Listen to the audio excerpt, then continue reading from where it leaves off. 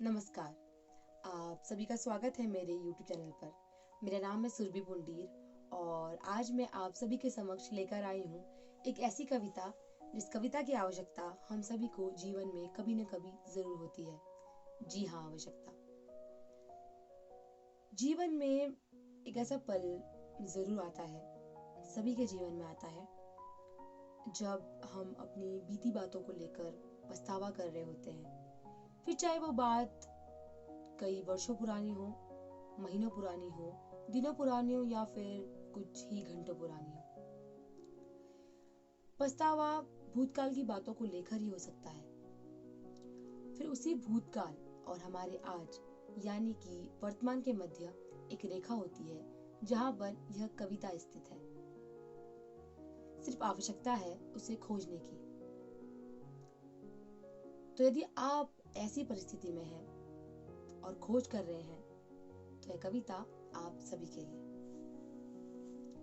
तो वह कविता है सुप्रसिद्ध कवि श्री हरिवंश राय बच्चन जी की, जिसका शीर्षक है जो बीत गई सो बात गई। जो बीत गई सो बात गई, जो बीत गई सो बात गई। जीवन में एक सितारा था, माना वो बेहद प्यारा था। वह डूब गया तो डूब गया। अंबर के आनंद को देखो, कितने इसके तारे टूटे, कितने इसके प्यारे छूटे। जो डूब गए फिर कहाँ मिले, जो डूब गए फिर कहाँ मिले। पर बोलो टूटे तारों पर बोलो टूटे तारों पर, कब अंबर शोक मनाता है। जो बीत गई सो बात गई। जीवन में वह था एक कुसुम, थे उस पर नित्य निछावर तुम। वह सूख गया तो सूख गया। मधुबन की छाती को देखो, सूखी इसकी कितनी कलियां, मुरझाई कितनी वल्लरियां। जो सूख गई फिर कहाँ खिली, जो सूख गई फिर कहाँ खिली।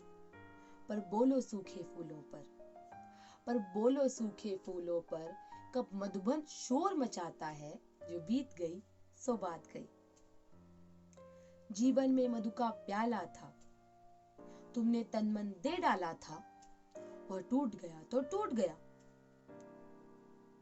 मदिरालय का आंगन देखो, कितने प्याले हिल जाते हैं, गद मिट्टी में मिल जाते हैं। जो गिरते हैं कब उठते हैं, जो गिरते हैं कब उठते हैं। पर बोलो टूटे प्यालों पर बोलो टूटे प्यालों पर, कब मदिरालय पछताता है। जो बीत गई सो बात गई। मृदु मिट्टी के हैं बने हुए, मधुघट फूटा ही करते हैं। लघु जीवन लेकर आए हैं, प्याले टूटा ही करते हैं। फिर भी मदिरालय के अंदर मधु के घट हैं, मधु प्याले हैं। जो मादकता के मारे हैं, मधु लूटा ही करते हैं। वह कच्चा पीने वाला है, वह कच्चा पीने वाला है, जिसकी ममता मद घाटों पर।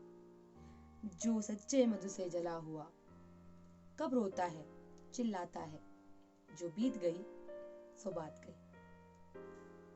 धन्यवाद। तो आशा करती हूँ कि इस कविता का सार आपको जरूर समझ आया होगा और इस कविता को सुनने के बाद आप रेखा के इस ओर रहना ही पसंद करेंगे, यानी कि अपने वर्तमान में और अपने भूतकाल में नहीं जाएंगे, क्योंकि जो बीत गई सो बात गई।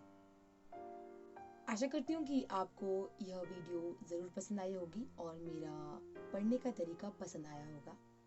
अगर आपको कुछ सुझाव देना है या फिर कुछ पूछना है तो आप कमेंट सेक्शन में पूछ सकते हैं। तो फिर मिलते हैं अपनी अगली वीडियो में किसी नई कविता, किसी नए उपन्यास या फिर किसी अन्य साहित्यिक चर्चा के साथ। तब तक के लिए पढ़ते रहिए, मुस्कुराते रहिए।